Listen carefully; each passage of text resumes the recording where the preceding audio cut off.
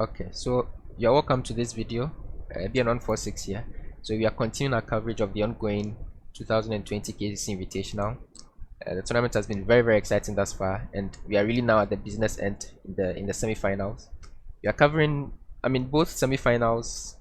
Unfortunately, had to come on at the exact same time, so we couldn't cover both. We had to choose one, and it was a very tough choice indeed between the first match between Mr. Hasford and Philip Ameko and the second between Ben and IM Anquandah. But on paper, this match should be the closer one.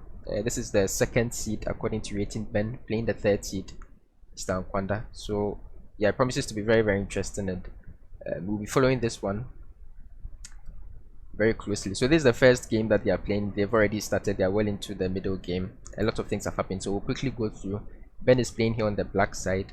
Mr. Francis started 1 e4. Ben went for a Sicilian setup with a Najdorf setup with d6. They entered the open Sicilian, a6, and a very early f4, fairly aggressive setup by the IM.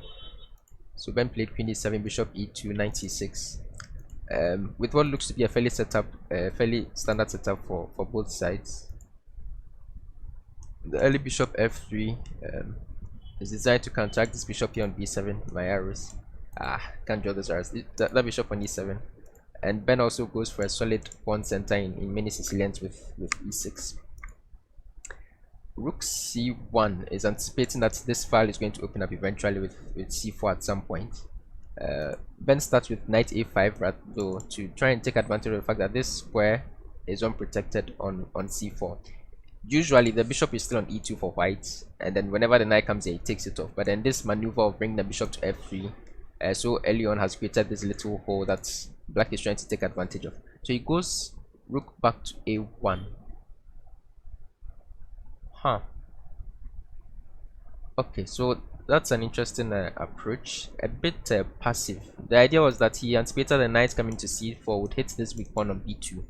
At a point in time where you can't play b3 because the pawn on a3 will be hanging, and so he wanted to be able to play bishop c1 in response to this move knight c4, and so he undevelops two good pieces to achieve this. But the idea is that he's eventually going to play b3 at some point. The knight is going to come back, and he's going to come back to his favored ideal setup. But I wonder if it simply doesn't waste too much time. So the pieces got developed, and then he started very aggressively on the king side with g4, going all in with g5, although his queen side is still fairly undeveloped.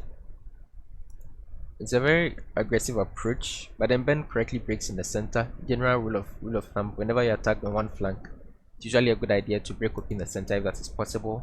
So Mr. Anquandah, also understanding this little principle, goes for e5, locking down the center and making his king side attack more prominent. But then yeah, the knights in the center become very strong on this fourth rank, and after queen f3, bishop c5, already the tactic I think existed, but then the second time of asking, Ben found it, and with knight cd2, white is going down an exchange. So Mr. Anquandah had to fight now in this endgame to try and hold. Ben quickly exchanged a bunch of pieces and suggested a queen exchange. Queen d2 avoids that. Queen a5, but is the pawn not hanging? No, because this knight is also unprised. So then he goes for f5 to try and open up the king side. This is actually very exciting. Now white has to go all in for the attack. He's down material, simply doesn't have any choice now. Bishop c8, trying to hold the attack down.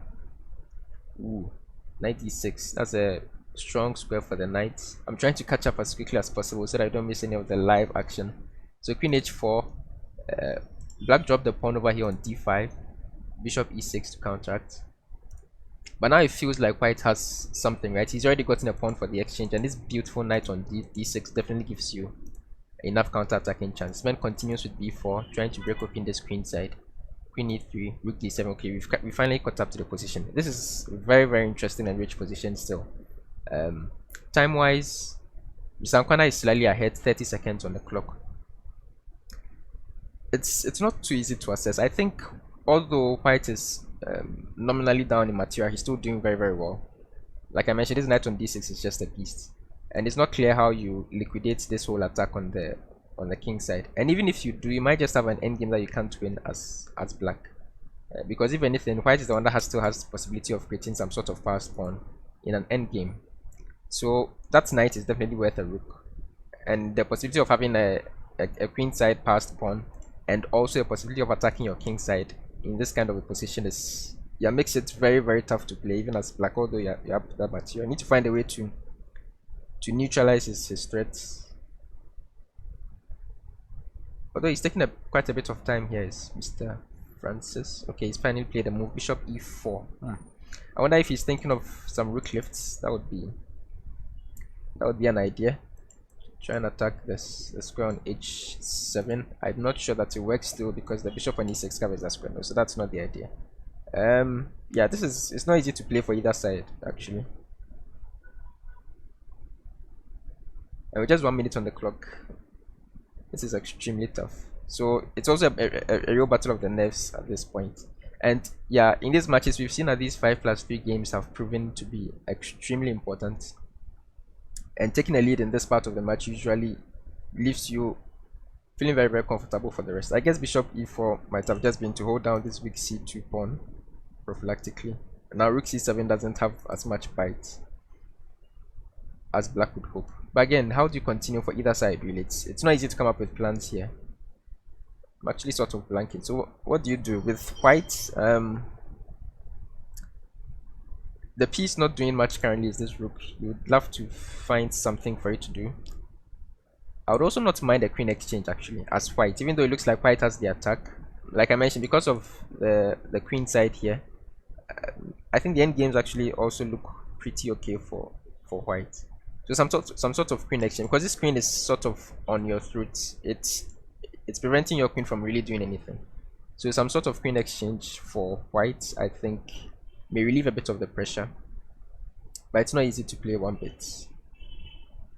So he just played king g1. And now black goes bishop h3. Okay, so Ben is finding some moves now and is looking to have a plan. That simple fact may be very decisive in an endgame like this, that he has something productive to do. So rook f3 hitting the bishop.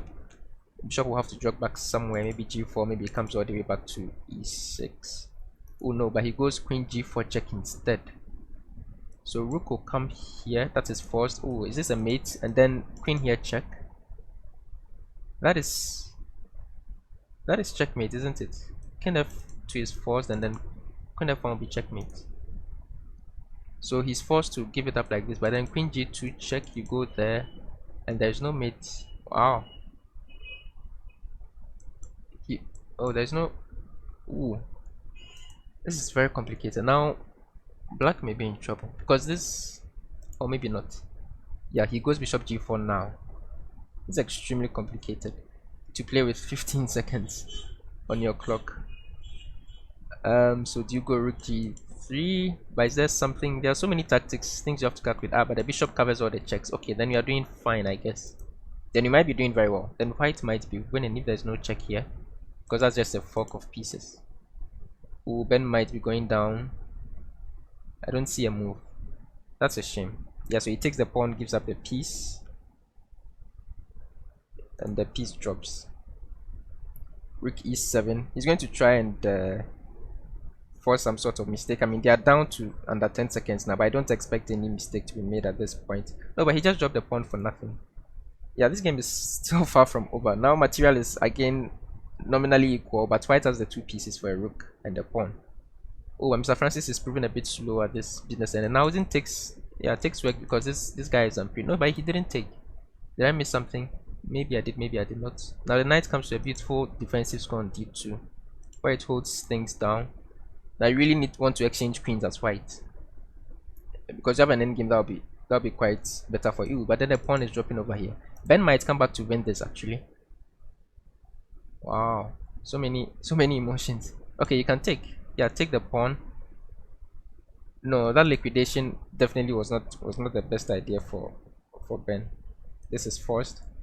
Was not the best idea for Ben. So now he's playing a rook against two pieces and a pawn in an endgame, which should be, in this particular position, because of the fact that you have protected pass pawns, I would actually not mind being black here. Usually the two pieces do very well against the rook, but here you have your pawns are connected and also passed, so black might actually also be doing very, very well here. I would estimate the chances are fairly equal for both sides. And now they've played quickly and gotten a bit of time on their clock.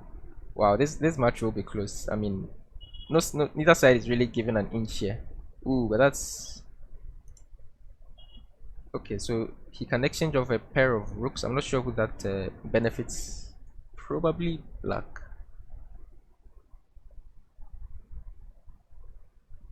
Now the kings are coming. Now it's really a question of whose pawn will be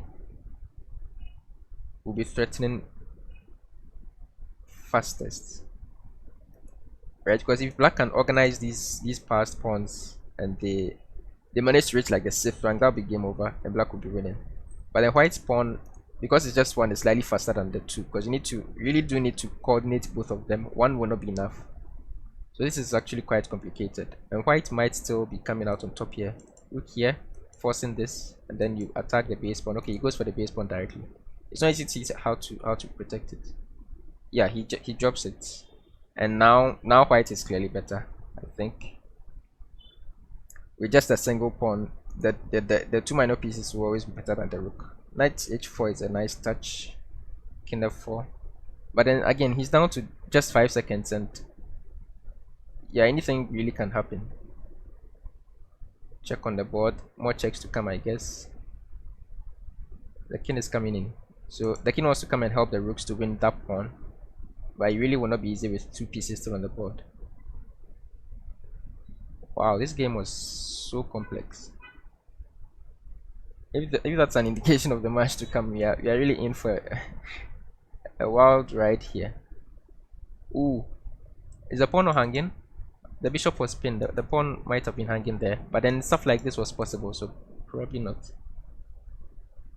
There's still so much material on the board that there are a lot of tactics to calculate. Okay, so now white will want to coordinate his pieces to protect the pawn and try and push it up the board. He seems to have achieved this fairly well. Oh, that's a nice touch with the review check. Oh, now the rook on d2 drops and white will take this game. Wow, what a game. So Mr. Anquandah will go up 4 points in this match. What a game. Wow. I feel I can't do much commentary here because both players playing are now better than me, and I'm only going to be basically reacting to their moves. Yeah, that was a very, I mean, the game really could have gone either way at many different stages. And at the end of the day, it just depends on the person that is slightly more in tune with the tactics and more in control of their nerves at the critical moments. So Ben is now white, goes for d4 c4. Anquandah goes for this so-called Budapest gambit. That is one of his pet lines, and it has a slightly dodgy reputation. I mean, it's not supposed to be very good, but he plays it quite well. He's very experienced with the lines that he plays with this one in the Scandinavian, and so yeah. Also, I mean, it's fairly well known that he plays these lines, so I expect Ben probably would have taken a look at them and had prepared something against them. So yeah, it will be interesting to see how that pans out with regards to the openings. In this particular game, he didn't do anything particularly ambitious. He merely just developed his pieces, and usually the structure is why white is almost always slightly better in these structures. You get what they call an e3. Oh, the word has slipped me. So there's a structure in chess that is when you Emaragzi bind, yes, when you have pawns on c4 and e5 against structures like this where black has pawns that are not too advanced, where you have a good positional bind. But in this structure in the Budapest, you get an e3 Maragzi. I think that's what it's called. And you have the pawn on c4, but then the e pawn is not quite on e4, it's on e3. So it's slightly worse than the pure Maragzi bind, but then it still gives you a fairly comfortable position as white. So yeah, you almost always have more space, like you can see here. More space mean nicer squares for your pieces, and yeah, that knight is doing exactly what it's supposed to do, taking advantage of the d5 square. And yeah, none of black's pieces can compare to that piece. So white is always slightly better, but to make use of it is of course a different question entirely. he played rook ac1. I'm not sure if he wants to try and force the move c4 because the file is not even half open. I don't know. It doesn't really promise all that much. So maybe you could have moved the queen and rather brought the rook to the d file.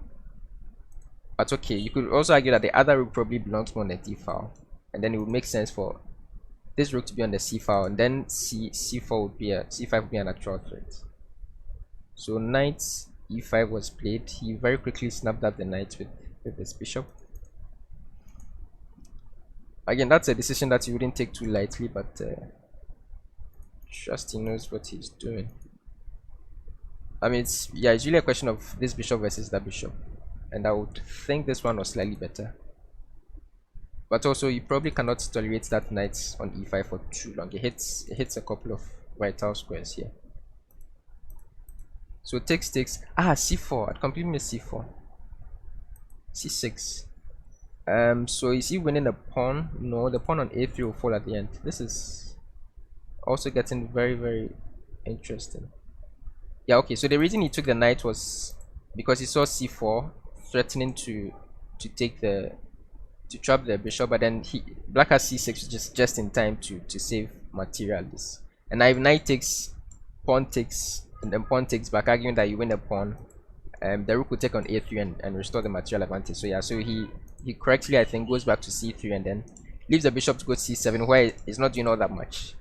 And the knight still has good potential in this position, so you probably prefer to keep the knight. I wonder if there was any potential with pawn takes though. If pawn takes, yeah, probably nothing. Yeah, probably nothing. So knight c3, like he played, is probably the best move. f5 on the board from black, continuing in his hyper aggressive. What is not necessarily hyper, this is just very correct, because yeah, e4 is a huge threat, and then the bishop is unleashed, stuff like f4. Yeah, e4 is on the board, f4 is coming, and all his pieces are pointing towards white's king side here. White might be turning this position up. I mean, black might be turning this position around. Now it looks slightly better for black instead. White wants to double on this d file. It remains to be seen whether that will be more important than the initiative coming after something like f4. Although you didn't need to take care of the e4 pawn before you can play f4 as black. So yeah, you have another very rich position. I must say I've not regretted selecting this match for the commentary. The first game alone was really a roller coaster, and this one is also promising to be very interesting. So yeah, mate's threat on h2, forcing you to play g3, but now you've weakened your king's pawn shelter, and a lot of moves start to appeal to you, like g4, e5, f4. It doesn't work now, but eventually, yeah. So he correctly, you still don't want to cede complete control of the center to your opponent just because you may have a kingside attack. So he correctly fights for this d file just to make sure white doesn't get too much control. Black is, I think, still comfortably a little better, but whether this attack on the king side will materialize into anything concrete is the question. So far, white has defended correctly, and if their previous game is anything to go by, they are both very, very resourceful and very good, even when they have bad positions and they have to defend, and they're very clever tactically finding these little resources that you would normally easily miss. And the semi-final pairings were actually quite interesting because both of these two players are so much more dynamic, right? Mr. Anquandah and Ben, playing with the dynamic factors of a position. They are so skilled at it. They are so tactically sharp. Whereas the other matchup between Mr. Asford and Mr. Flip also paired the two that's also so very solid and so good at playing with the static factors in the position, just playing very good positional, correct, so to speak, chess. So yeah, the best of the best will meet in the final, that's for sure.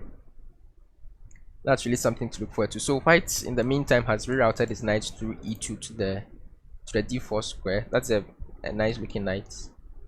Definitely looks like it's better than at least that light square bishop for black that now has gone to the d5 square. I'm not sure that I would bother much protecting that bishop. It's not going to be a good bishop anytime soon.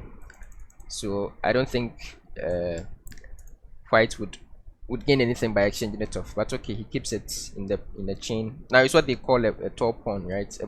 A bishop that doesn't really do much more than a pawn would do. Okay, b5 I liked, b6 I'm not entirely sure. I prefer just to keep the tension with something like a4, but he continued with b6. Takes, and the pawn I guess is not hanging because of some tactical reason. So yeah, he played bishop b8, but I don't see what was the idea. I actually don't see the idea, but yeah, I'm fairly certain there was some idea because Mr. Anquandah did not take the pawn, and I don't think Ben would have just landed the pawn like that. Yeah, they they will certainly see things that I miss. They are both very sharp. So bishop c4 was played again to try and exchange off this bishop, whom I don't think is. I mean, that piece is not a piece doing anything that I want to exchange. And now black has taken the opportunity to push through this f4 move. I don't think that was necessary at all. The bishop was actually very important in defending all these light squares around your king side. So yeah, this whole operation I don't think has. I think now black has to be doing much better. Now the attack looks very, very powerful, and white needs to do some defending. The whole operation with b5 b6 also doesn't seem to have done a whole lot. Usually you keep the tension with these things and try and create a passed pawn, right? But now it's going to take you so many moves to actually achieve that. Whereas black's attack on the king side is, it looks like it's imminently important. Although long term you have created a very, very weak pawn over here on d5 that if you manage to stave off this attack will probably fall in some endgame, especially since he doesn't have a light square bishop to defend it. You can just power your pieces on it, on that pawn will fall. So yeah, if you can survive the attack, that's something in your favor. But with this bishop here, this queen here, and this rook potentially joining the action, surviving the attack is not a given at all.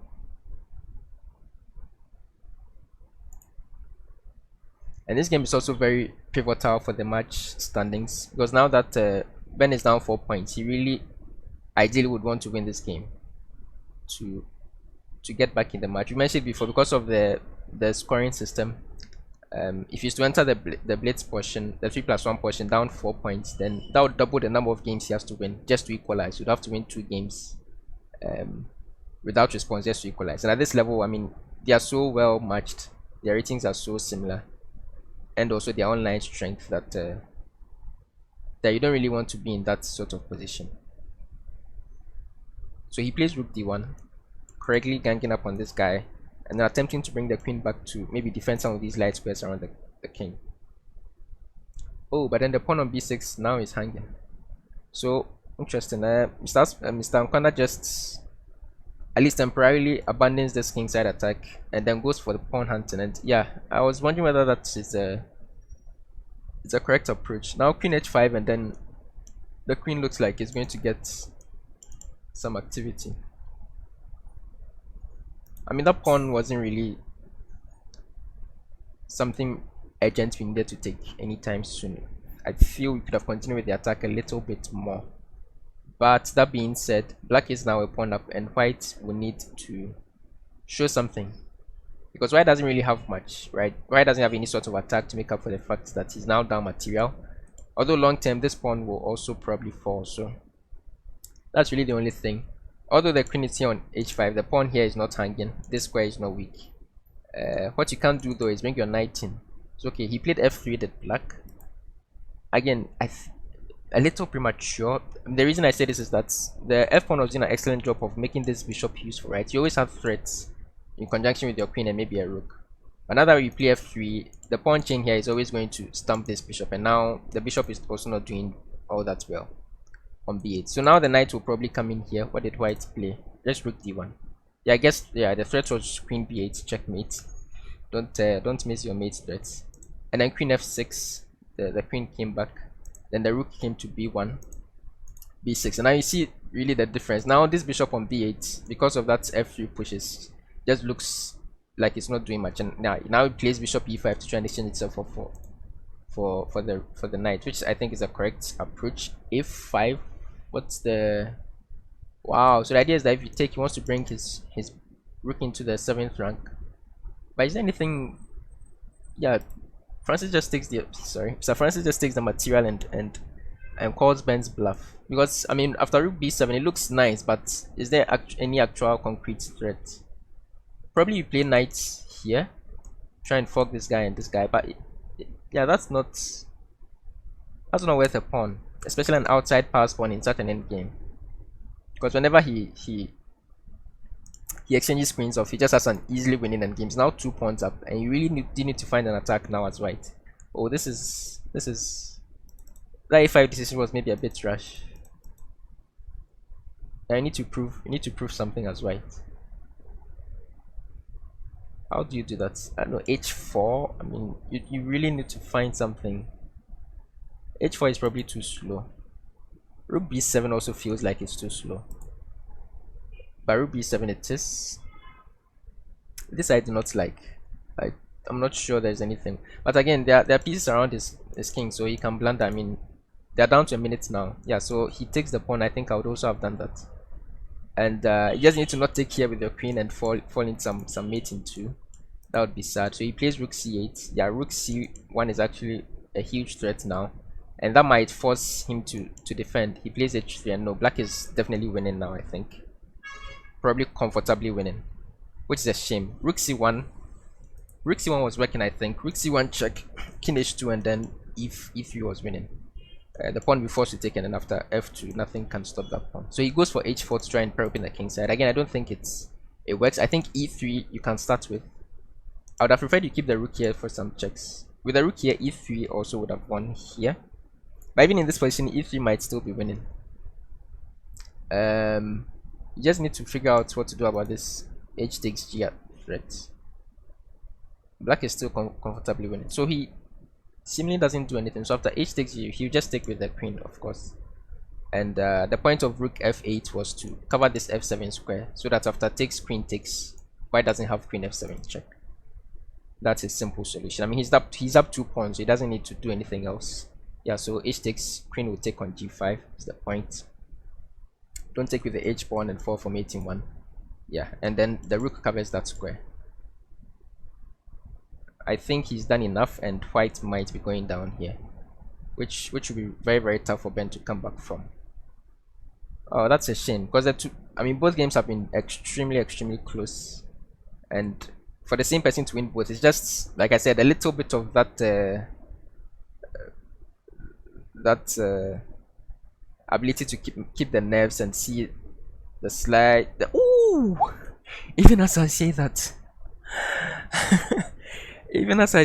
what, he missed it. Oh, it's also a mating too. Wow, that move was bad on so many levels. Queen b2, dropping the queen and falling for mating 2. Well, that's good to see from a spectator standpoint. I mean, horrible to see from Mr. Anquandah's standpoint. Wow, what kind of move was that? It's exactly the kind of thing that can happen though when you're down to less than 5 seconds. You really can't be blamed for any of such decisions. Also, it might just have been a mouse slip, because that move really doesn't make much sense at all. That's really a shame, because he really was completely winning now, which means Ben has managed to somehow equalize the match, and the scores are 4-4 going into the 3+2 section. Now we really have a very, very close match, because I think the faster time controls, Ben's speed becomes more of an issue for Mr. Anquandah to deal with, and he's also very fast, mind you. No, this will be, I mean, I can't really call it or make any predictions. This will be extremely interesting, and this will come down to those fine margins. So okay, we have another position here. Black has gone for a Grunfeld type structure against Ben's 1d4. Ben played an early e3, which means he still has a bishop on c1 to figure out. It's not a very ambitious setup for white here. It's fairly solid. He's kept everything. He's not going for anything. I mean, white won't be much better out of this opening for sure, but also will maintain the slight, tiny slight advantage that comes from being white. So okay, bishop g4, bishop e2 to maintain his pawn structure. And whenever black does this kind of castling, the bishop on d3 doesn't really do much, right? So it really many times it even does better on e2 than it does on d3. So that move makes a lot of sense. Knight e4 was played. Rook f to d1. The other rook will take position here. It's just a very standard position. And again, in blitz, yeah, it's more important to play quickly maybe than hyper correctly, right? Especially in the opening, you really just want to make good moves quickly and get to some sort of position where you still have a bunch of time to figure stuff out. They are both so dynamic that every game will definitely get tactical. It won't just be like a grind or something. They both play very, very interesting chess. Okay, so rook c8. Yeah, I was about to mention that black has these light square weaknesses around the queen side, and Ben immediately takes advantage of that with the move bishop a6, forcing the rook somewhere he doesn't want to go. And I really would have preferred the bishop to outside of this point, because this move in conjunction with the bishop on like f4, and you could confidently say white has an advantage here. Okay, so black is trying something. He started with knight takes on c3. Interesting. So I guess if you take, he has knight e2 check, and he picks up this guy, and yeah, materially he'll be doing fine. So we want you to take back the knight first, but I'm not sure what the idea is. Maybe just to get some exchanges in, or is there something different? And then he plays rook c7. I'm not sure if there was something wrong with rook c7 immediately. Maybe he didn't want to allow white to double his pawns over here on e4, but that was not really a threat because this guy is pinned to that guy. So yeah, maybe I'm missing something, but okay, that was played. And then he doubled on the c file with white. Yeah, again, which calls into question the move knight takes c3. I don't know if I missed something about it, but okay, knight a5, hitting the queen to try and get tempo on and then save his piece. So the queen drops back, and then he takes, bishop takes, then bishop took on f3, messing up white's pawn structure around the king. But then it's not too relevant since a kingside attack is very far away from black's current position. So knight came into the knight score on c4. The bishop was forced to take d takes on c4, and now queen e4, centralizing the queen. White has a nice pawn center, and black has a queenside pawn majority, but at least for now the center is more relevant than that queenside. So white I feel has the dynamic imbalance in his advantage in his corner, because he has more active pieces. At least he has a more active queen. None of the other pieces really is doing anything much, and he has a better center. On the other hand, black has a queenside majority. That's in an end game, right? You are going to have at least a pass pawn over here. So white really needs to make sure that he gets something for the piece activity that he currently enjoys, and he's attempting to do just that with the move d5. It's a kind of break that if it works, then you are just better. If it doesn't, you might be just worse. For one thing, you open up this guy. So what happens when you just takes? Yeah, I mean, if you are forced to just take with the queen and exchange of queens, that would not be a very good investment. So what's the idea? Probably do have to just take. I don't see anything else. The end game there is not too bad. You are losing this guy as well, but then you have a very active rook that will be heading to the 7th. So probably you have enough to hold, but I don't think you have more than holding. But okay, so he took rather with the rook to try and keep things a little more interesting.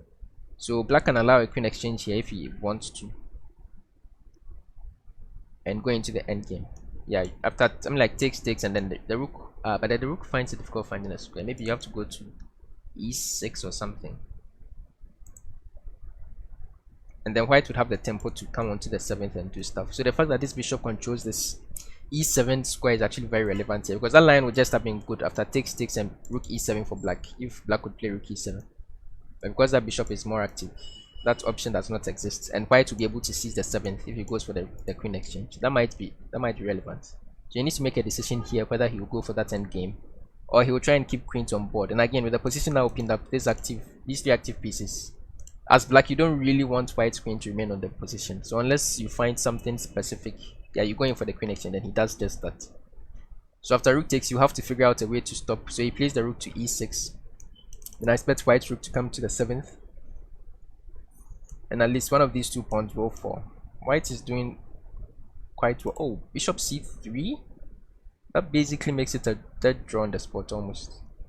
I mean, okay, maybe he was afraid of this pawn falling, and he didn't really want to go into the complicated endgame. But now it feels like black should have should be just fine, and only black may have winning. Okay, that might not be correct, because I mean, on this queen side he has a 3 on 2. He can create a passed pawn, and because your pawn structure is slightly off, it will be difficult for you to create a passed pawn over here on the king side.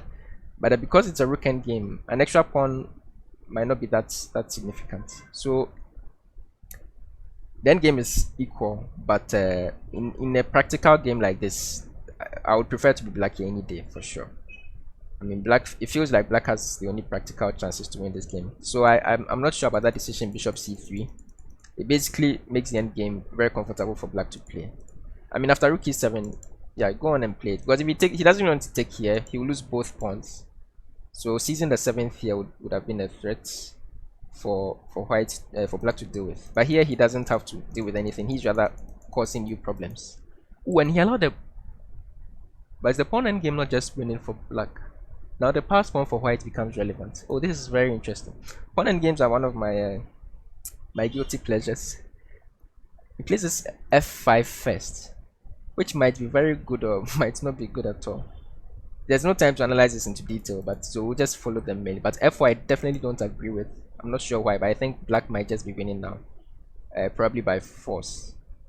Because now it really feels like I think the white king had to become active very quickly to make up for the fact that structurally he's worse, and black has a possible pass pawn here on the queen side. Yeah. So f4 I don't know about, but okay. Black also followed up with g5, another move I don't really agree with, because again you allow white to fix his structure by exchanging the pawns off. But then what you do is that you gain a lot of space for your pawns, right? And then you sort of restrict his king a little bit. So he usually push with f4, g4, and now this is a mess. Oh, he took. Oh, this is a huge mess. Oh no, but then black is just comfortably winning now. I maybe would have preferred this. Takes. It's the exact same position. Yeah, opponent games are very interesting. We'll just follow them because there will be many things to analyze. But now black should be comfortably winning. They both have a pass pawn. Black's pass pawn is more outside. That's just as simple as a small rule of thumb. When you have the outside pass pawn like this, you are usually winning because you can distract his king. So king takes here is basically forced, and after you take here, you are much closer to the rest of the action. So yeah, Mr. Anquandah might take the lead here. That endgame, pawn endgames are so interesting and so rich. All these decisions were very, very important. From here, I mean, the evaluation might have switched sides many different times. Allowing this exchange I didn't really like. I think this endgame is always slightly better for black to play. His pawn structure is just much healthier than white. Playing f4, I'm not sure about. Playing g5 for black, I'm not sure about. All these decisions were very relevant. That's the beautiful thing about pawn endgames. Every little push really counts. And now, yeah, now it's just lost for Ben. Wow, Anquandah really puts on a clinic, even ignoring that pawn to go for the simpler one. So yeah, Ben will resign soon. I mean, this is just game over. You're not even in time trouble to hope for any blunders. So Mr. Anquandah will take the lead in this match. Oh, okay, that's not stalemates. I thought it was stalemates, but there's a square for the king on e2. Okay, so Mr. Anquandah has gone up 2 points now, so the scoreline is 6-4 in his favor. They will continue with this, the second game of the 3+2 section. There's another Sicilian on the board. Yeah, I'm trying to see which openings have repeated. But this, I think, is the first repeated opening we've had. But here, Mr. Anquandah goes for a different variation. He plays the early bishop b5. And after knight c6, now he takes queen b6 to hold the c6 point. The early bishop b5 is usually played to get the game into more positional, into more slower waters than the normal open Sicilians. So it sort of gets black out of their comfort zone, right? If they're only used to playing these normal dragons or natch doves, then early bishop b5 is a nice, but it's also not the most theoretically correct way to play for an advantage. So it's, yeah, to be interested to see how this game develops. I sort of like white already. I'm not sure what black has done. I mean, queen b6, yeah, it's okay, I guess. Bishop d7 I would have preferred, but queen b6 also does the job. Knight c3, bishop d7. I mean, it just feels like, yeah, already white has threats and black hasn't really developed anything. White has already castled, and black has so much to catch up with in terms of development. And I'm not sure where exactly it went wrong, because queen b6 doesn't seem all that bad. But yeah, in retrospect, this tempo might be relevant, and now f4 is already on the board and you still haven't developed your queen side.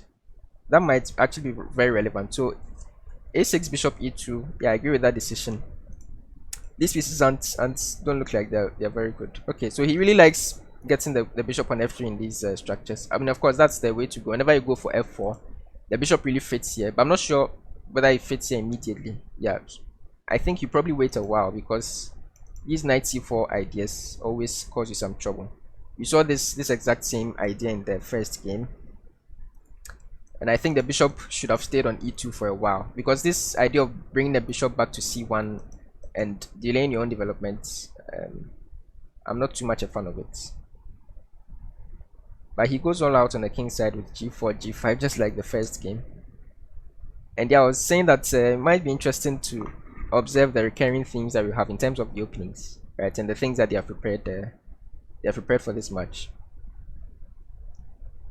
Okay, bishop g2, clearing ways for the queen to enter the action. Some rook lifts can happen. Yeah, in general, these positions are, and that's the thing about playing these sort of nominally aggressive openings, right? Because I mean, we consider the Sicilian to be a fairly aggressive option for black, at least more aggressive than the other alternatives. But many times, you realize in these quote-unquote aggressive openings, black rather is the one that faces the attack. I mean, if you look at a bunch of Sicilian games, and this is the reason why I don't play a Sicilian myself, you realize that black actually gets attacked way more than white does. I mean, these things with h4, g4, g5, they happen a lot. And at the very top level, of course, they can stare these things in the face and not blink, but usually at the lower levels, it's more difficult to play on the defensive. So you always need to be careful before you enter these lines. Now, after queen h5, the only thing I don't like about white's position is the fact that his queen side is still sort of just waiting. And I would have expected him to play b3 early on. I mean, if you want to do this, just play b3 early on and sack the knight so that you can continue your development. But now already, white is asking questions of this knight. Yeah, I guess it just comes back to f3. Okay, b3, gaining tempo on the queen also probably makes more sense. Usually knights on b3 and b6 don't have much in terms of prospects, right? After this move, the knight doesn't really do anything or go anywhere, but at least it gets tempo, and in these kinds of positions, that's more tempo might be very, very important. And he's really pushing through the attack on f5. Ooh. Ben will have to play Akrili to hold this one. Yeah, I don't particularly like any of this.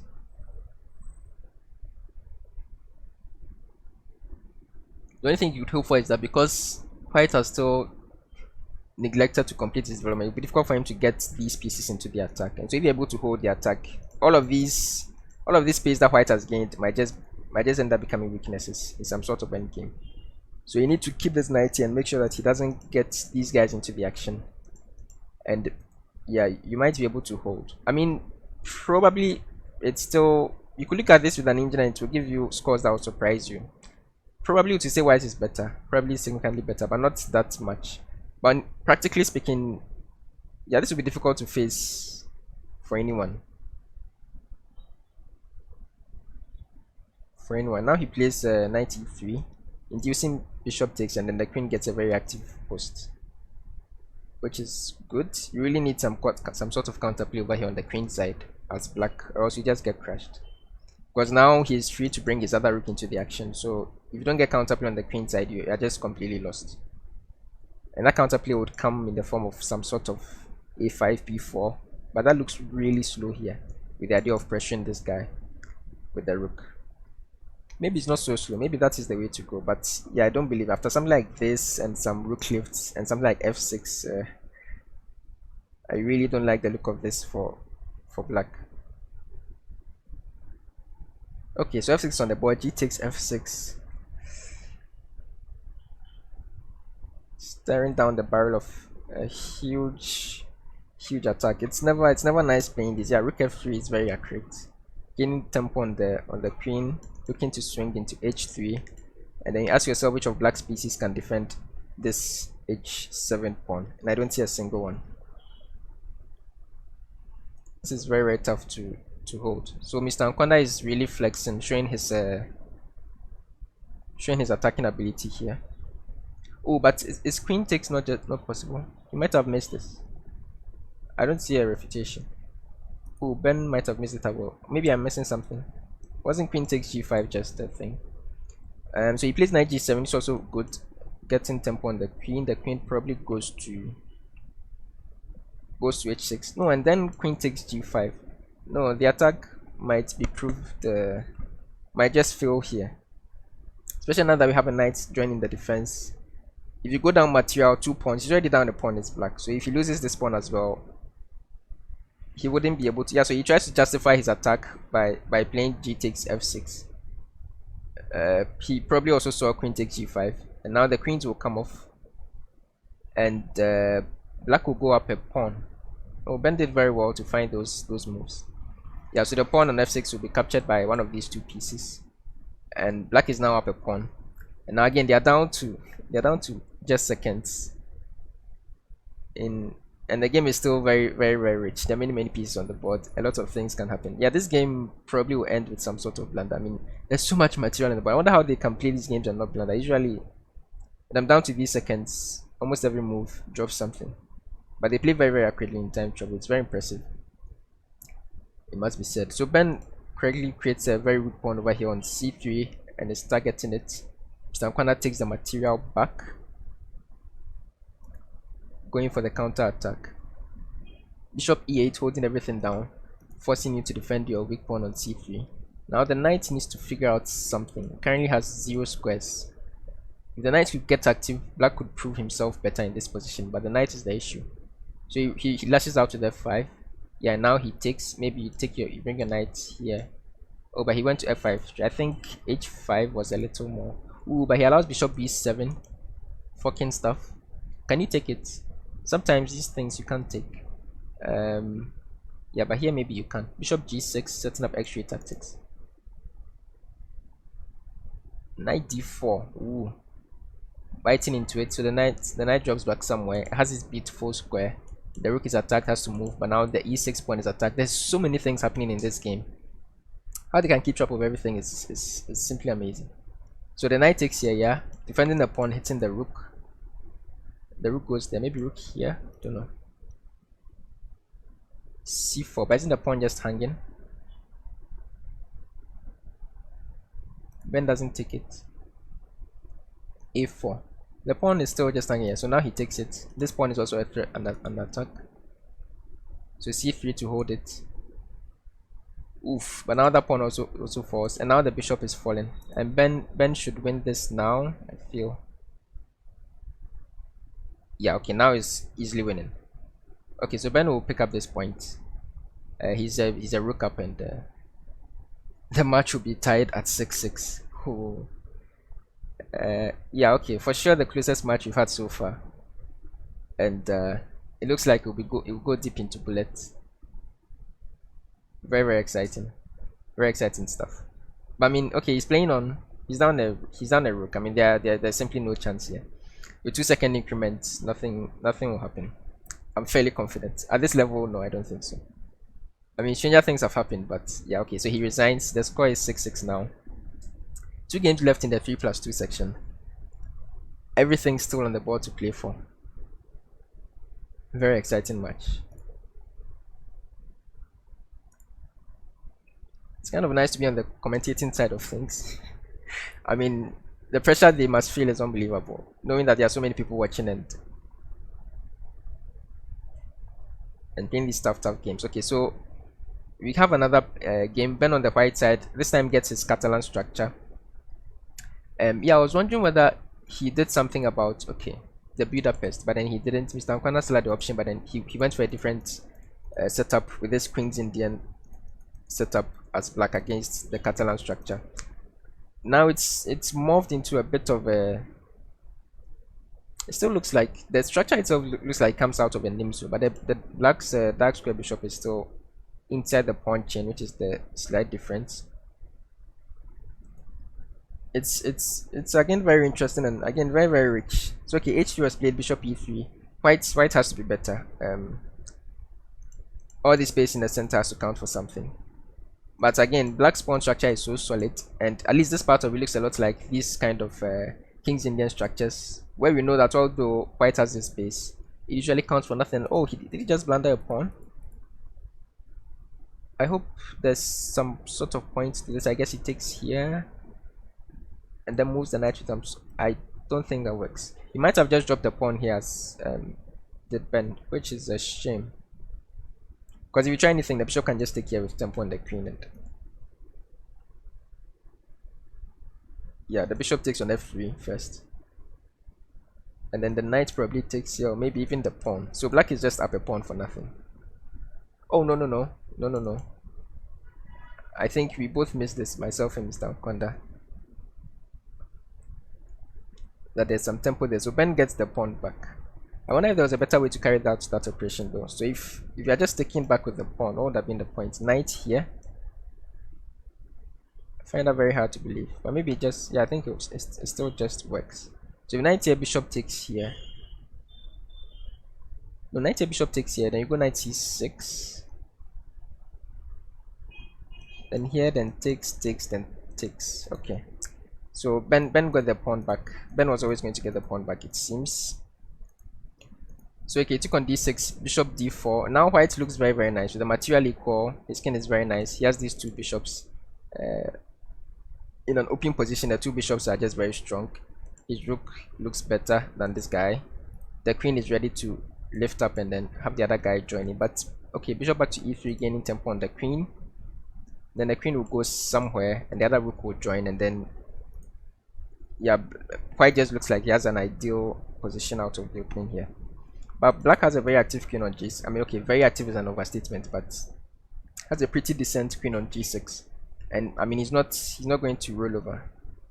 So white will need to prove something to get an actual, to get something concrete from this advantage. But I mean, he still has the two bishops, so long term he's always going to be better here, although very slight. Bishop e2. Okay, so he wants to remaneuver and redirect his bishop to the d3 square.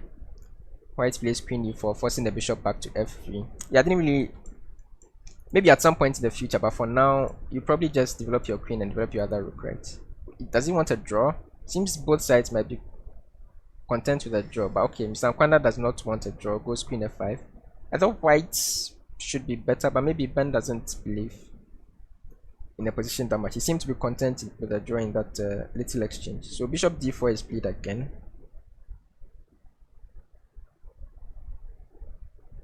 And now rook b d8, and now black is sort of equalizing. Okay, and now after that exchange, black is definitely at least equal. Ben really hasn't, I mean, look at the position now in like what, 6, 7, 8, 9, 10 moves ago, and it hasn't improved one bit, right? After move 18 and after move 26. Perhaps black has done a bunch of things, so he maybe just ran out of ideas a little there, and now black is at least equal. There are opposite colored bishops in the middle game. It's a very interesting middle game. There's an old adage that goes that opposite colored bishops in the middle game simply means an extra piece in the attack, and the reason is that the bishop that you have, the opponent does not have. So for white, the light squares will be mostly under white's control, right? It will be difficult for black to fight for control over white squares, and the same for black and the dark squares, because he has a dark square bishop. So whenever you're able to create an attack that revolves around the square that your bishop controls, for example, if black is able to come up with an attack that attacks like the f2 square here, white will be effectively a piece down. You can defend that square with 3 pieces, whereas black could attack that square with 4, and your other colored bishop will not be able to help at all. And so if he's able to drum up a powerful enough attack, he will effectively be a piece up. So usually in opposite colored bishop middle games like this, the plan is just to come up with a strong enough attack on the opponent's, mostly on the opponent's king. I mean, just gets a strong attack. So an interesting tactical sequence went here. Black threatened to double, white went in for a rook exchange, but then instead of taking that rook, black rather took the other rook, but also allowed the white rook to get to the 7th rank, so that's interesting. Okay, so now bishop c5, maybe trying to come up with the exact same kind of idea we talked about, attacking a dark square that white will find it difficult defending. White maybe will do something similar, and yeah, exactly. And he's also attacking a light square f7. That again, black will have a lot of difficulty. This game probably will end decisively in the favor of whoever can come up with an attack on the corresponding f pawn faster, right? f2 f7. And for now, it looks like white is much faster. I mean, something like queen f5 is already threatened. It's got to see exactly how black defends. So bishop d6, that's way too slow. I don't know what the idea behind that is. So just queen f5. What's the queen f5? You'll be forced to play queen f6, right? Yeah, that cannot have been, that could not be accurate. Queen f6 is now forced, and at least you can mess with your pawn structure. And what you pray for is that I can exchange of the rooks and go into a pure opposite color bishop endgame, which of course is famously known to be very drawish. And maybe you might get away with this ugly structure, but how you get the rooks off the board is the question. Because for now, these guys are making sure the rook is stuck to protecting that f7 point. And this is the idea of the adage, right? Your dice square bishop cannot help you, and so you're powerless. The king is just going to come into one of these two squares, and it's going to find a way to attack. Yeah, push f4, I think. Oh, by f4 he plays f5. Then you're forced to go to h5, and then your king looks a bit stuck. Okay, so you start with the bishop e4 check, which is probably correct.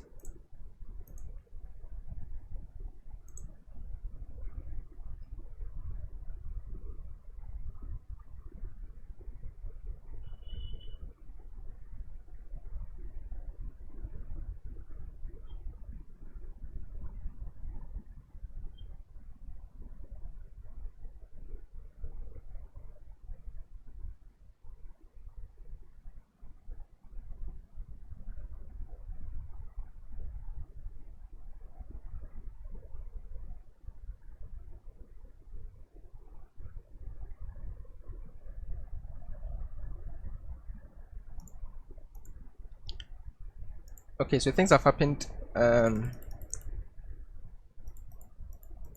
f5 was played, h5 has been played now.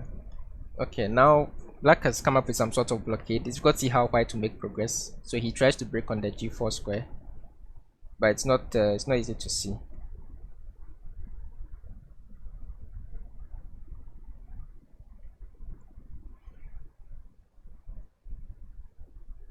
And again, you see you realize the problem here, that it's as if white simply has an extra piece, right?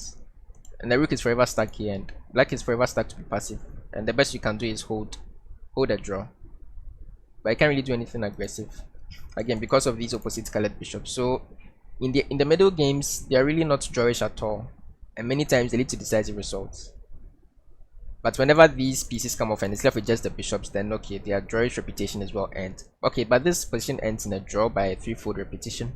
I think white maybe might have had some ideas to try and push a little more, but Ben didn't really find much, and it's not easy to break through that kind of fortress. I didn't really see anything. So we'll go into the final game of the 3+2 section, with the score still exactly level, 7-7 I think it is now. That doesn't sound right. 9-9 is that? Well, it's equal, whatever it is. So yeah, another Sicilian, another very early f4 by Mr. Anquandah on move 2, because why not? And okay, is he going to keep this closed? He plays c3. Ooh, this will be tough to meet for Ben. So he plays bishop g4 to try and control. I mean, there's a battle going on for this square on e4 to stop white from playing e4, and so the bishop gave itself up. But now you willingly given up the bishop pair. Bishop e5 has been played again to try and pin a piece that controls e4 so that he can play e4, and so e5 is played again to control. So you see how both sides know exactly what they are doing, and they understand what is going on in this opening. So the bishop came off on c6. What he got in exchange is that it really ruined black's pawn structure. And I would have even preferred combining this with just takes here and forcing the double pawns to become isolated. And then white just looks like he's clearly much better. But of course, what he do is also activate this queen a little bit. So he castled instead. Bishop e7 was played. d3 castles. You really should take here at some point. I mean, if you allow him to take, you also get the f-file, but I don't think the advantage is as sweet. Yeah, so black takes here to maybe prevent that weakening. I think white should have taken on e5 at some point earlier on, but white is still better. Still better here.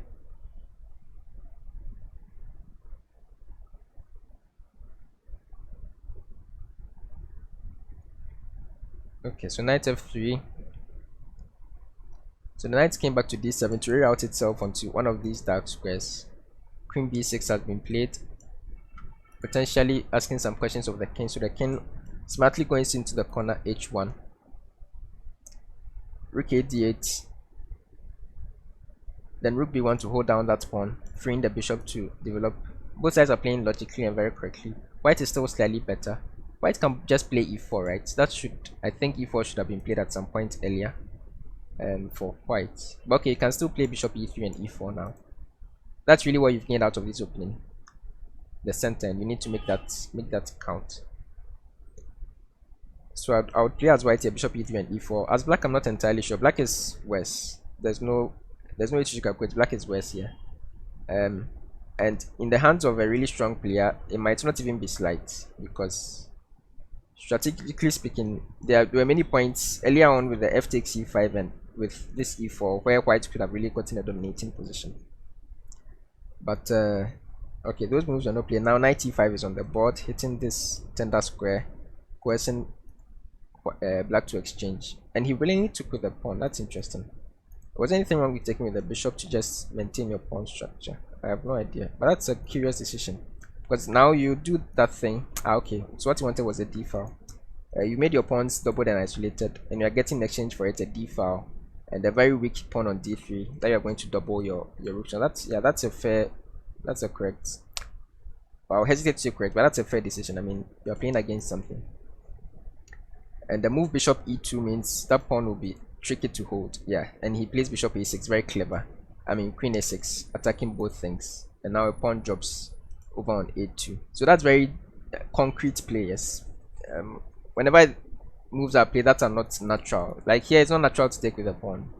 Of course, you want to maintain your pawn structure. So when something like this happens, you have to justify with something concrete or something specific. And his specific idea was that he had an attack on here, and then he had a clever little fork here, which looks like he wins a pawn. Although I wouldn't be so quick. Yeah, he doesn't even take the pawn now. That pawn is not entirely relevant in the position just yet. But then white continues bishop c3, creating threats on the pawn on e5, and now making sure that the pawn on d3 will always be defended. But if he's able to play a3 also, then I think white will again be looking to be better. So you have to take the pawn now, exactly, and then try and argue that although you are worse on the position, you have material for it. So that's something. But now I think white is still better. He's gotten the pawn back on a7 is one thing, and he's going to get the second pawn on e5, exactly. And structurally he's still better, although he has this weak pawn. You have two weak pawns, and he has a potential for passed pawns. White is just better in this endgame. So you have a queen and two rooks endgame. Material is equal, but the structure certainly is not. Ooh, is there something happening on f7? If white can take on f7, that would change the evaluation of the position. There are no checks. No, you can take on f7. Well, then white is just significantly better, because you are forced to exchange because of the weak g2 g7 square. And after takes, the mate threat is still there. And if you have to play something like rook g8, that's just clearly worse. So white might be winning here. I was wondering if there was some tricks on the back rank here, but there's just nothing. The queen controls this diagonal, so your king is always safe as white. So he has to figure out a way to defend. Yeah, and if he has to play rook g8, then white is just winning.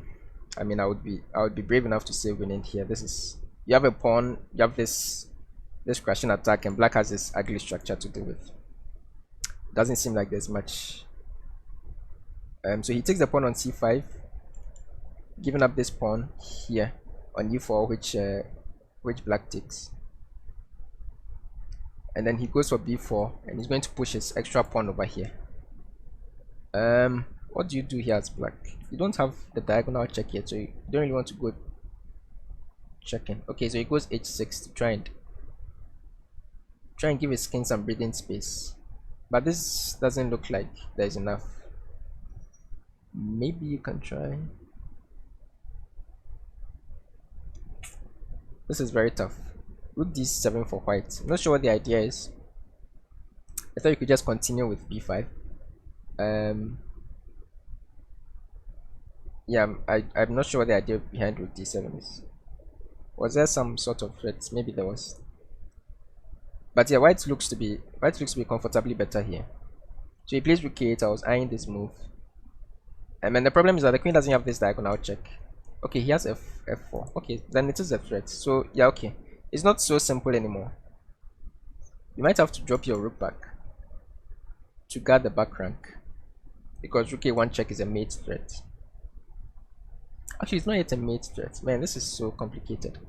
Because after check, king here, queen here, g3, the queen didn't have any further checking square. But okay, he continues with queen d4 to try and eliminate the queen, and then make sure that there's no diagonal check for black when the king goes to h2, which is probably correct. The queen also protects the a1 square, mind you. And now he can exchange off the rooks with rook d8. That was a very multi-purpose move. Queen d4, very well spotted. So you can take off the the rooks here. I think, yeah, I think probably he should. Both rooks look to be fairly equivalent. I mean, this rook also has potential, and at least it gets your mind. I mean, because the queen cannot mate alone, right? So at least once you exchange the rooks off, you're sure that you're not getting mated as white, and can try and convert your extra pawn. But he doesn't go for that. He rather goes for a queen exchange. I don't really agree with that decision. There's no diagonal check, but even if he does exchange queens, right, in a rook end game, the extra pawn means much less. Yeah, in rook end games, you can draw many times with even though you're pawn down, and that's exactly what black is going for.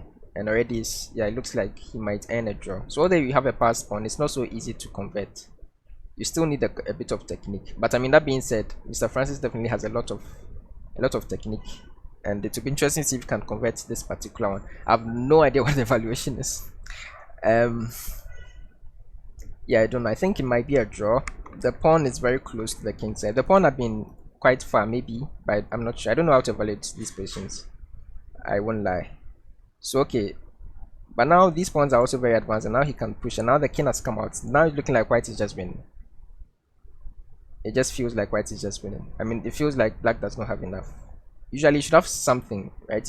Either you can stop this pawn, or you can stop these pawns. But with a king so active, a rook so active, there's just no chance. And now he's getting mated actually. You can just torture him, push the pawn. Wow. Yeah, there's just absolutely nothing to play for us. But now you do need to do something. So he checks, and then he takes that pawn. And if you check, you take the other pawn. And now it's 2 pawns. I think he could have converted this cleaner, but he's still winning. I hope he doesn't mess this up. No, it has to be still winning. It has to be still winning. He did one in not pushing the pawn prematurely, yeah. And yeah, now he can't stop. He can't stop the 2 pawns. So the question will be how you queen. Yeah, like this.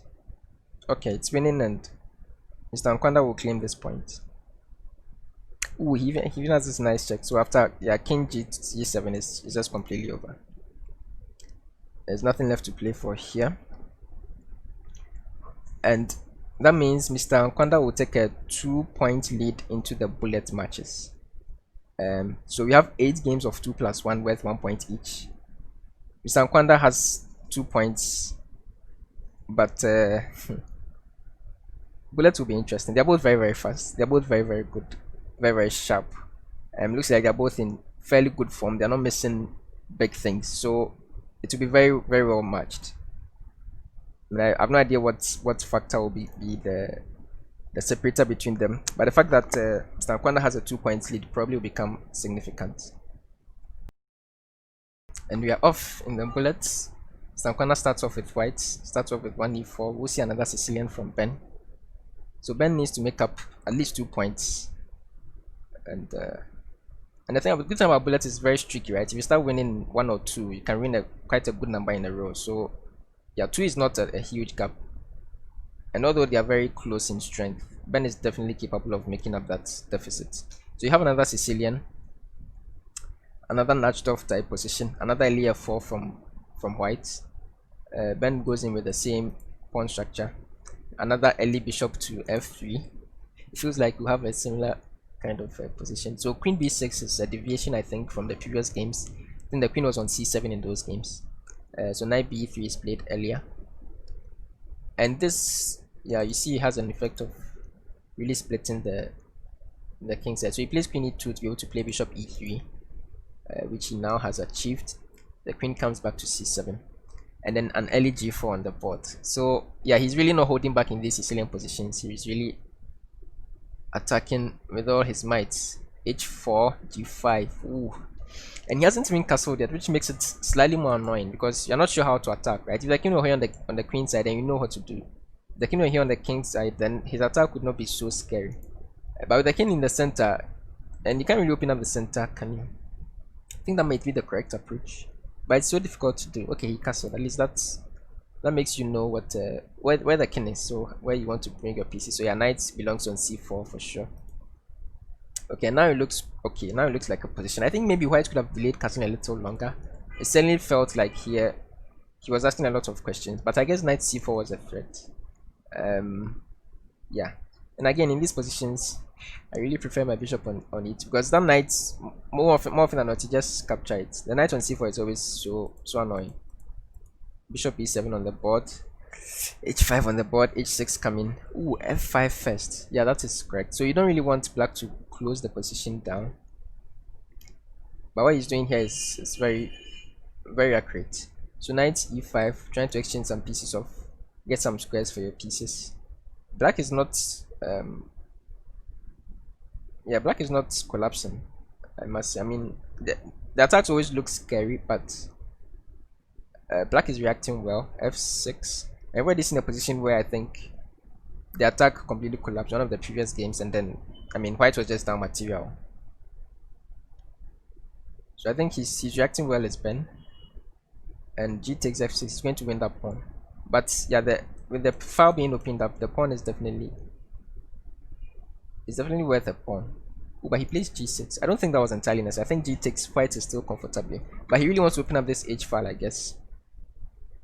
Yeah, that's also very good, actually. So maybe the best is takes, and then knight takes on g6. Wait, what did he play? Okay, he played rook fc8, also decent, and then takes the knight took back. Yeah, I would have preferred to just give up the pawn with pawn takes g6 and f6.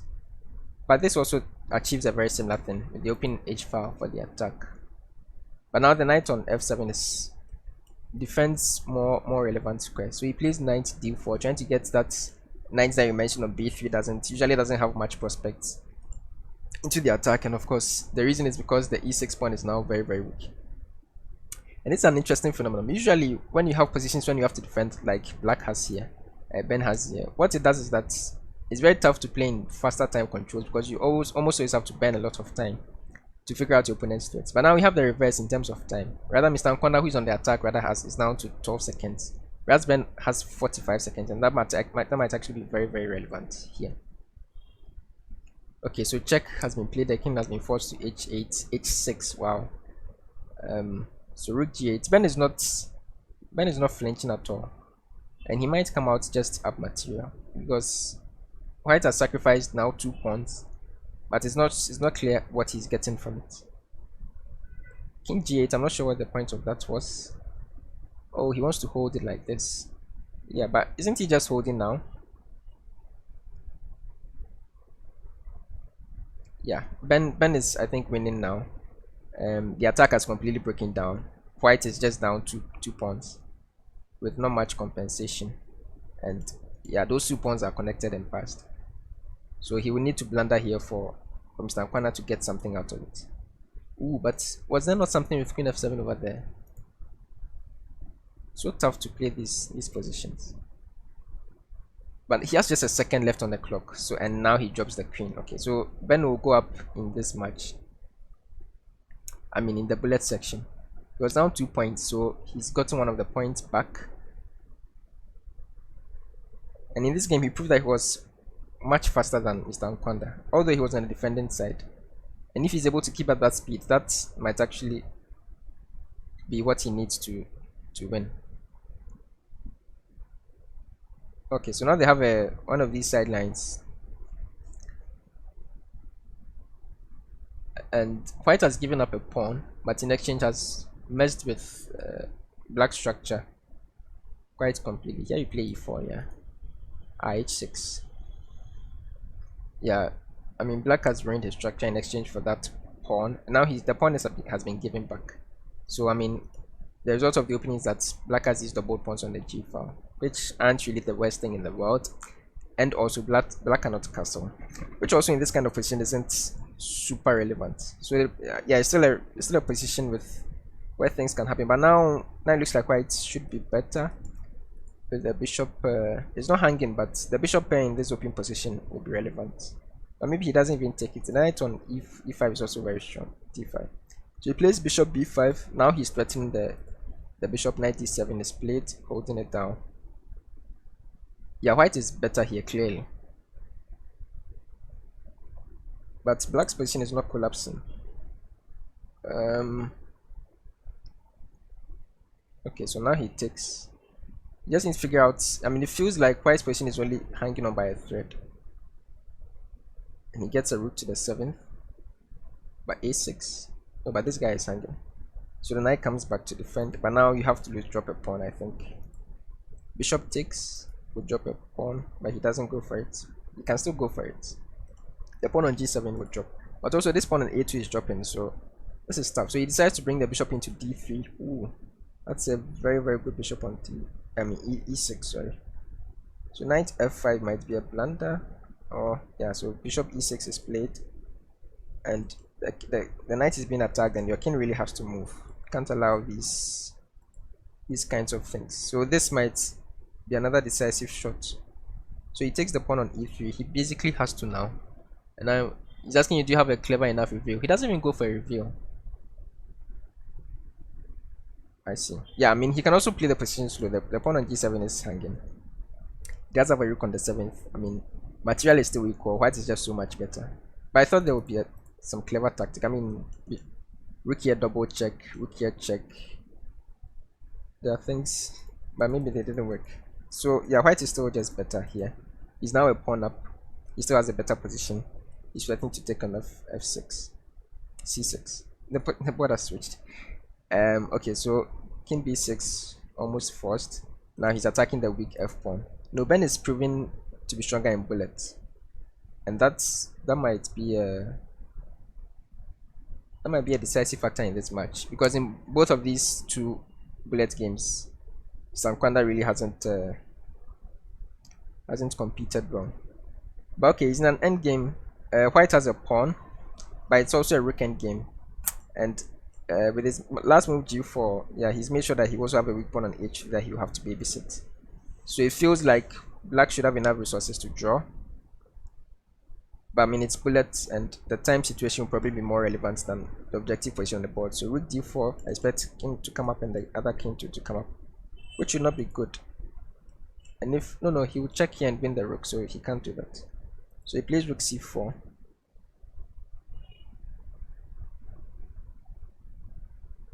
Rook f2, holding things together. And now king e5 is played. Rook f5 check, king goes back. Positions the rook to d5. But now black attacks these pawns. No, you can't exchange rooks as black. The pawn endgame will be lost, so you need to keep the rooks on the board. Rook c1. King d4. So Ben has a pawn, and it's still very complicated. And now they are down to less than a minute on the clock. So this will. Oh, but now he's played rook c2 at a point in time when, so okay, rook b3 is forced, b5, a4. Oh, rook c4 check, and he wins his pawn back. And now black is rather looking, because now material is equal. This pawn looks very suspect, that pawn looks very suspect, and he has a 2-on-1 over here on the queen side that he can push. Perhaps your majority is blocked, right? And you are losing more pawns now. And we are also slightly down on the clock as black. So can he even push? No, that's not ready yet. Oh, this will be tough. So you check here, you check and take this guy. This is very, very close. Oh, so he holds down the pawn instead. Yeah, so he decides to take this pawn eventually. I mean, analyzing here is, I feel is a pointless exercise. They're playing so quickly and the position is very complicated. So best to just react and observe. Rook b4 on the board. Oh, but why didn't he at least calculate this? He does exchange the queen, the rooks off, and he has this fast pawn. I mean, probably black's pawns are also just as fast. This is very, very, very, very okay. Now objectively it's just a draw. But again, it's bullet, and one side is down to a second. He had a very brief disconnection, and oh, he had network issues. The green button disappeared just at a critical moment. Oh, that really is a shame. And that, I believe, is the second bullet game, which has also gone Ben's way. So the match is now even, and I really hope he's able to solve those network issues out, because especially in bullet it's so important and might be very, very relevant. Oh, that's a shame.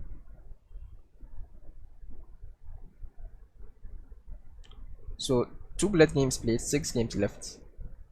The score is completely is tied. It's probably a good idea to calculate the actual score. So they tied the first 2 5+3 games, making it 4-4. They each won a pair of they each won a 1 3+2 game, making it 6-6. They drew 1 7-7, and then Mr. Anquandah won the last one 9-7. So it's currently 9-9, and either side will need 3.5 points to seize match victory.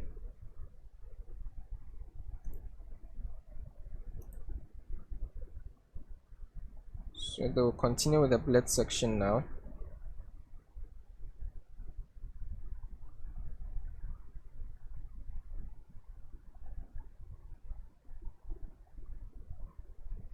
Okay, so we are back with the next game.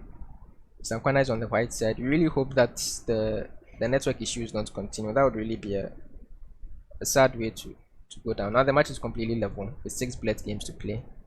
Anquandah is here to get onto the score sheet in this bullet section, but in the previous game he did play faster than Ben and had a very nice position. So hopefully if his network remains stable, it will be another even battle. So they have a position out of Queen's QG, not as much a QGD as a Slav type position, and White has played this e4 break, allowing himself this isolated queen's pawn. I mean, it's still very correct, and he's going to play with the dynamic imbalances that come with having the isolated queen pawn. It's a very interesting position, but again, with bullets there's not much that we can do in terms of analyzing actual position. So bishop e6, black has a very solid setup. He's going to build up pressure against this isolated pawn on d4. White is going to try and make use of these open files, and this knight outpost over here on e5 to get a strong attack on black's skin. It looks fairly equal. It looks like a very standard type of position. I wonder if this pawn is hanging. Probably not, but so he goes queen a5. Okay, so b3 is played to hold that down, and now I think black looks comfortable. But whenever there is so much material on the board, it's so you can always get an attack almost out of nowhere in these positions as a side with the isolated pawn. So it's never simple. I would have taken the bishop off the board. The light squared bishop on the white side is his most important piece in these isolated queen's pawn positions. So whenever that bishop comes off, a good chunk of the attack immediately disappears. Yeah, and already is attempting to ask questions of this diagonal. It's probably going to build some sort of battery on it and attack black's light squares. But then he dropped the pawn on a2. Ben takes the pawn. That's really an so here. Take this guy back. Exactly, that's on the board. He's attacking this pawn in response. And things are getting very sharp now. So he takes. White will take on d4. The knight will have to move somewhere. Okay, he takes the bishop. But now isn't black just a pawn up? And is this piece not almost hanging? Rook here. Ooh, this is... Black is probably winning here. Just rook d e8, I think. Even goes f3. I mean, the knight is just hanging. Is the problem. Yeah, so that little tactical melee works out in Ben's favor. And he might be taking the lead in this match. Wow. Yeah, in the bullets, yeah, again, he's played much faster. He's proven to be much more experienced, maybe, in this bullet section. And that looks like it might be. It might be a decisive difference between these two players. I mean, they've been so level with regards to the other time controls that you really need something like this to separate them. So he goes down. Wait, what? What? What happened there? So he took sacrificed the rook, and Ben could have just taken the rook, but seemingly probably assumed his rook was being defended and just took the piece, and now he just dropped the rook for nothing. I mean, is there something? There really isn't anything. Wow. Wow, he just dropped the rook for nothing. I mean, it's just the kind of thing that can happen in bullet, of course. Wow. But also he has 7 seconds left. That's Mr. Anquandah. So Ben can swindle something, but he's playing quickly. Hopefully his connection remains stable. This will be an exciting end, because with the light square bishop around, yeah, he puts it on g6. There's no way for white to equal trade things off quickly or get any kind of kingside attack. So it's a slowish end game. Okay, but he dropped the pawn on c5, and now he can just push this pawn. Of course, he's winning for white, but time is the question. Ben is going to try hard to flag him here. He's playing quickly so far, but can he maintain? Oh, he drops the queen, and now it's over. And now Mr. Anquandah takes a 1 point lead. So the scoreline now is 10-9 in Mr. Anquandah's favor. Oh, this match is this match is proven to be something else. So now Ben is back on the white side. This is game number 4 in the bullet section. So after this game, there'll be 4 games more. Wow. Okay, we have another kind of position. I mean, they played standardish positions for a while, but now they're just in this bullet section, especially they're just playing stuff. Oh, okay, allowed him to play d5. After c6, I thought with the d6 pawn could have been in trouble. Now you play e4, I guess, at some point. Yeah, queen c2 or d2, you bring your rooks onto the c and d files. It looks, yeah, queen b3 maybe is even better. Your rooks come here and there. Maybe c and d I would have preferred, I'm not sure. I mean, there are so many plans you could play here. There's no one way to set up your pieces. But now black gets a knight into e4. If you can maintain that, that could be a way to equalize the position. But it's up to see how he maintains that knight, because bishop f5 is not yet ready, and then when this knight leaves, the knight on e4 will be attacked. You try for something tactical here. Yeah, he's going for something tactical, because the knight on e4 is a question. Yeah, okay, this is just very simple. So knight on e6, and then the knight on e4 is hanging. So it was a questionable idea. Ben is trying to take advantage. Ooh, what is this? Knight c3. I mean, that just sacked the knight for nothing. So he gave up the pawn, but then he achieved a weakening of white's pawn structure in return, which he's going to attempt to play against. a5 with the idea of playing bishop a6 here. This guy is also hanging here. No, white is definitely much better here. He's already a pawn up and he's going to win a second pawn. And you need to look out for tactics on this diagonal even. So he gives up the second pawn, goes for the queen exchange. Probably he plays bishop b7. No, bishop b7 falls to knight here check. Oh, he just lost. He just lost. He can't stop knight e7 check, and white's going to pick up an exchange. So this game will go. Oh, okay. He attacks the e2 pawn, but I don't think it's fast enough. Maybe it is actually. Maybe it is. You have to take on e2, of course. No, but it's not. It's not. It's not anywhere near enough because he was already down so much material, 2 pawns. It's nowhere near enough. Yeah, he's down a piece and a pawn here. So white is comfortably winning this one, and that will again equalize the score on 10, 10-10, which will mean our final 4 games will be so exciting. Well, this match has really been. I mean, I think, but yeah, by far the most exciting match that I've done commentary on. We had another match. We had a couple of matches actually on that went all the way to tie breaks, but we couldn't do commentary on any of them. But this one has really lived up to the billing. I mean, this is clearly C2 versus C3. They are so well matched in this format. So well matched.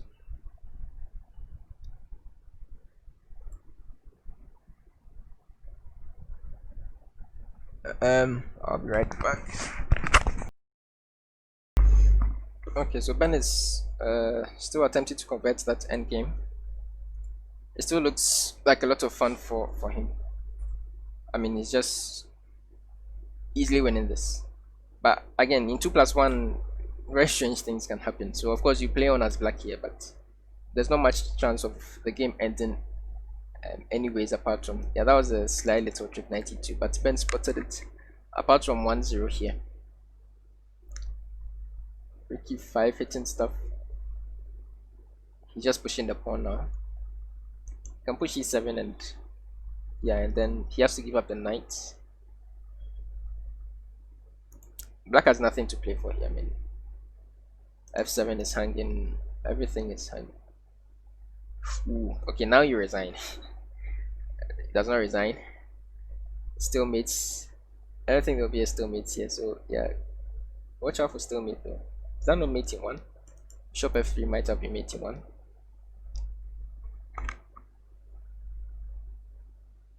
Yeah, so you just need to figure out the way to mate here. I mean, stalemates can always happen too. In bullets, you never really resign because very strange things can happen. But I mean, yeah, you know you are lost here, so it's mating one after this move. And the score is now tied 10-10, 4 bullet games to go, everything to play for. I mean, this is I don't know how the other match is going, but this is by far the most exciting match I've watched in this tournament. And we have a French Ben. Yeah, Ben has played the French for a long time. He's experienced in these structures for sure. Anquandah goes for a slightly more conservative approach with knight d2 and bishop b5. Not sure what he gained by that, but okay, white retains a slight advantage that he has out of the opening, but then he hasn't really gotten much from the opening. So knight e4, he does have good activity for his 2 knights, which is something. But again, I mean, it's bullet, so the game will be determined by who's sharper in the critical moment. So queen f3 was played, knight f6, bishop g5. Oh, now it's a bit annoying, the pin here. So he plays h6, just play bishop h4, and yeah, invite him to wreck. I mean, you cannot play g5 in this kind of position. So h6 doesn't really do much. And now you're bringing your rooks in. Okay, so he plays bishop e5, holds down the knight a bit more, attacks this one. Ben plays c3. He also have just brought a rook into the game. So now he breaks the pin by moving the queen to b6. And now it feels like white may be able to stabilize. He also attacks the knight, threatening to win a pawn there. So yeah, forcing some exchanges off. And black should be able to stabilize now. Okay, now all the pieces have come off. And black rather has the bishop. And now they will fight for the d file. Rooks will come off the board. Ooh, a5, asking questions of this knight. Yeah, I almost mentioned that black having the bishop will give him some slight advantage here. And white willingly goes into this endgame where you have this ugly pawn on e3. You have a a knight against the bishop. Okay, the ugly pawn on d, if he does allow you to play. Oh, but he plays there instead, allowing this one. Now he's dropping the pawn. Oh, Ben has proved to be very sharp. This looks like another very well played game. You start with you start with b6. Okay, but he plays here, stopping you from taking. But this structure is just really bad for white. So you can take your time and you will probably be winning some material at some point. Here, how do you continue? You can play f5. This is one of those positions where f5 is probably good. And then you're playing against the knight, right? So you just want to take control of all the advanced support points. So this pawn is doing a very good job of taking care of these squares. So f5 at some point will be a good move, because it's, again, he has to find, he plays f5. He has to find a square for his knight, and there are no good squares available. So he has to probably pivot to here to here. Okay, he's going there, probably to here. But yeah, he will take many moves to figure out something. And during that time, you can do something. Yeah, so he continues with g5, grabbing a lot of space. Black is just much better here. Maybe not much better, but black is, you always want to be black here. So he wants the rooks to come off. In the pure minor piece endgame, you are still better, but you would have preferred rooks to be on as black, because now you need to get your king all the way here to actually win, and he probably will not allow you to do that. Oh, Ben just dropped the minor piece for nothing. Oh, was that like a mouse slip? Oh, he resigned. That's a shame. But again, that's just kind of been played. And now it's 11-10 in favor of Mr. Anquandah. 3 bullet games to go. Ben needs to come back from this surface. And finally, you have a Scandinavian on the board. Ben went 1e4, deviating from 1d4. Yeah, fairly normal structure out of the Scandinavian. Black has his pawns on e6 and c6. And white has developed very quickly though, and it looks like he's starting some sort of attack very quickly before black can complete development and castle, which is usually one of the ways you can play against the Scandinavian. In general, it has a slightly dubious reputation, but Anquandah, of course, is very experienced in it. And in his hands, it's a very powerful weapon. You can already take on f7. Yeah, he sees it. Yeah, this is just lost, unfortunately. I'm Queen h2, checkmate. Oh my. I need to clip that. I was so arrogantly saying this is low. Well, I was right, it was lost. Just not for. Wow. Queen h2, checkmate. Aish. Ouch, what a sucker punch. Oh, what a sucker punch. And now it's 12-10 in Mr. Anquandah's favor, and he only needs a draw to win the match. Oh wow, 2 bullet games to go. Ben needs to win both to equalize. Oh, what a turn of. These last 2 games have been quite sad to watch from Ben's perspective. Very exciting, of course, from the spectator's viewpoint. He dropped the piece in the last but 1 game and then just missed the checkmate in the previous game. Oh, what a shame. Wow. Wow. Okay, so you have another position on the board here. Yeah, I'm still recovering from that last game. Queen takes h2. So you have a proper Maragzi bind here, right, from the white side, but he's sort of neglected development, and black is already able to force queens off. This Maragzi bind really gives you a lot of space, and with space comes better squares. Black doesn't exchange queens, which I find a little. In these structures where you lack space, exchanges are always good for you. So I thought the queen exchange would have been good for black. And maybe he wants. Okay, black is Ben and he really needs to win. So exchanging queens is maybe not the first thing on his mind. It's a must-win game for him now. So this is a very clever choice of opening from Mr. Anquandah. Also, it's the kind of opening where it's really tough to get an advantage as black. But Ben is trying, so he's rerouted his queen over here to h5. Maybe he wants to get some sort of kingside attack going on, but it's very tough, right? The structure is just so solid, which is why in GM play, these kinds of structures are very nice for white. No, you don't play e5 in these structures unless you are trapping the knight, of course, or you have some immediate tactical points, because the d6 pawn will just be way too weak. way too weak. You've also um, weakened the square d4, so the knight is going to pivot in here. That's, I mean, in a serious over the board game, that would have been a very bad mistake. But in a bullet game, of course, you just need to play well and play quickly. And these little things probably don't matter all that much. You just play knight f8 here, I guess, to e6. Okay, it goes knight c5. Yeah, and the queen is out of play, isn't she? I hope it's not getting trapped with something like g4. Or g4, knight takes is forced. And then takes, queen takes, can play something like knight g3 and you're absolutely fine. That might be a forced, g4 might force black Ben to give up a piece there. Wow. And I mean, we did say that, oh no, g4 is not ready just yet, because after knight takes, pawn takes, queen takes, knight g3, there is knight takes e4, which would have forked the queen and the bishop. Then it looks like Mr. Anquandah calculated all of that correctly, and so he started with queen e3, and now g4 is a real threat. It's a very impressive calculation in a bullet game, but he did take a bunch of time. And yeah, so Ben continues with knight e6, hitting the bishop. Oh, but now the bishop is trapped and it's forced to exchange itself. So now all your g4 ideas disappear into thin air. Yeah, so you realize that it's good to play more practically, right? I mean, you took a bunch of time to calculate that, but now the whole g4 idea is off the board, and your 30 seconds that you to calculate it out isn't really relevant anymore. So in bullets, time control is time management, so it's extremely important.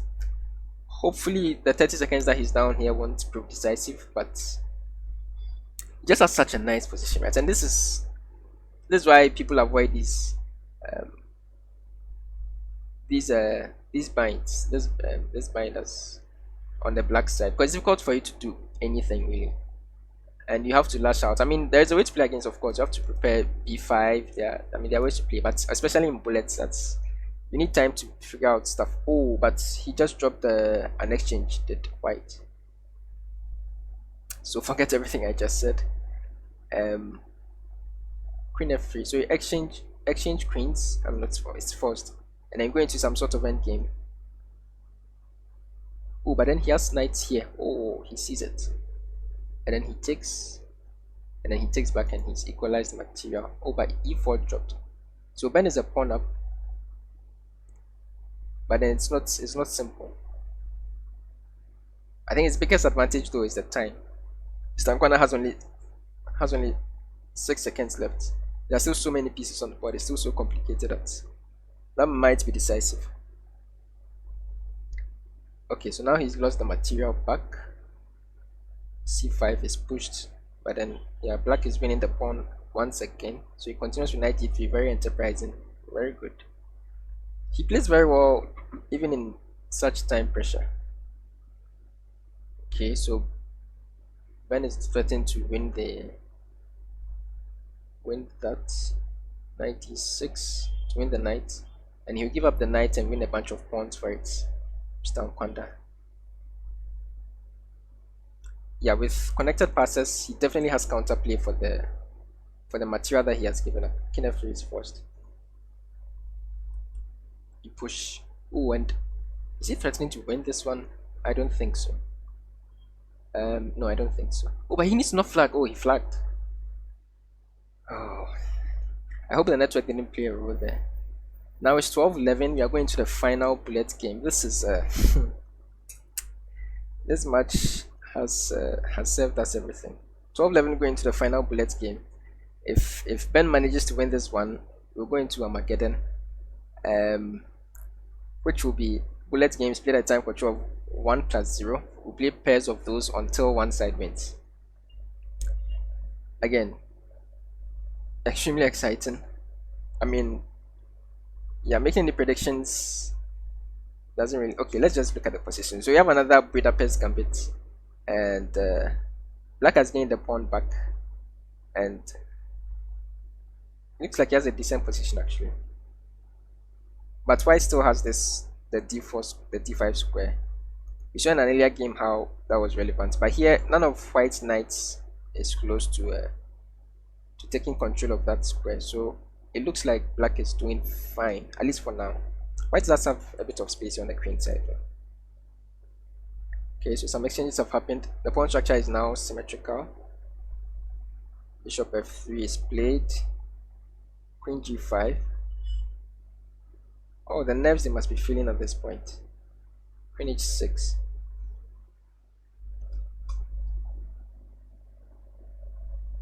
d5. Okay, Ben is playing very well. He seized a lot of space. And if for nothing at all, in a bullet game, that will give you easier options, right, for your pieces. But again, Mr. Anquandah understands his strategy very well. With less space, you want exchanges. Knight h5, threatening to exchange the bishop. Ben, understanding this, also plays bishop e2, keeping the pieces on the board, asking questions of black's pieces. Bishop g6, the bishop was under attack. And now your knight on h4 is looking like not a great piece. So you want to probably bring it back to exchange. But here comes a rook left, right? Ooh, f5. So good at playing with the initiative. He doesn't like defending passively, Mr. Anquandah, which is a mark of a strong player. Always creating problems, never making things simple. So f5 threatens f4 and f3 if you allow him. And in general, yeah, he's no longer sitting back. He might not be very good objectively, but it's tough to meet, especially in bullets like this. And now f4 is allowed, and already black looks just fine. At least just fine. But that pawn, you could ask questions of at some point. It's not the strongest pawn I've ever seen. Yeah, the position still very interesting. So the queen is now on g5, knight h4 might be a threat. g3 is played. But now you open up the f file for the black rook, right? And at the very least, that's okay. But he decides to rather challenge white on the e file. And again, he only needs a draw that's black to win the match. Ben has to win. And this is the final game. The tension is palpable.